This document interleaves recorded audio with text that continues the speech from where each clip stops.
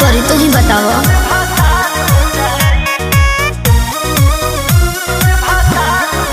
Music by Arya Sharma.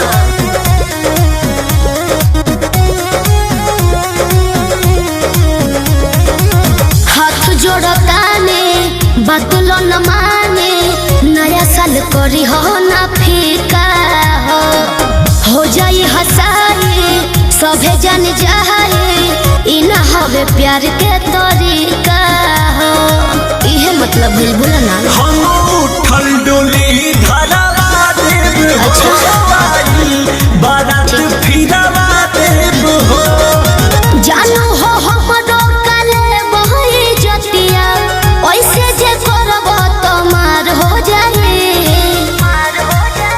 हरे विश्व में हमार जब रहलू तो कैसे 21 में दोसर भतार हो जाई। अच्छा। हरे विश्व में हमार जब रहलू तो कैसे 21 में दोसर भतार हो जाई। का कही भतार हो जाई।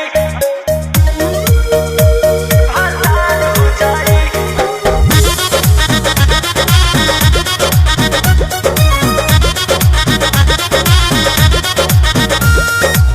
पापा जी या भैया भहिले कसैया, केहू नहीं मनलस कहानवा हो। बड़ी हट कइनी मम्मी के बतैनी, तोहरे से करे के बियाहवा हो। केहू नहीं के मानल जब साथे न हमारा तू रहबू दिया, कैसे मनी है पीली हुइया। अंकुश राजा हमरो बतानी, बस कैसे पियावा हमार हो जाए।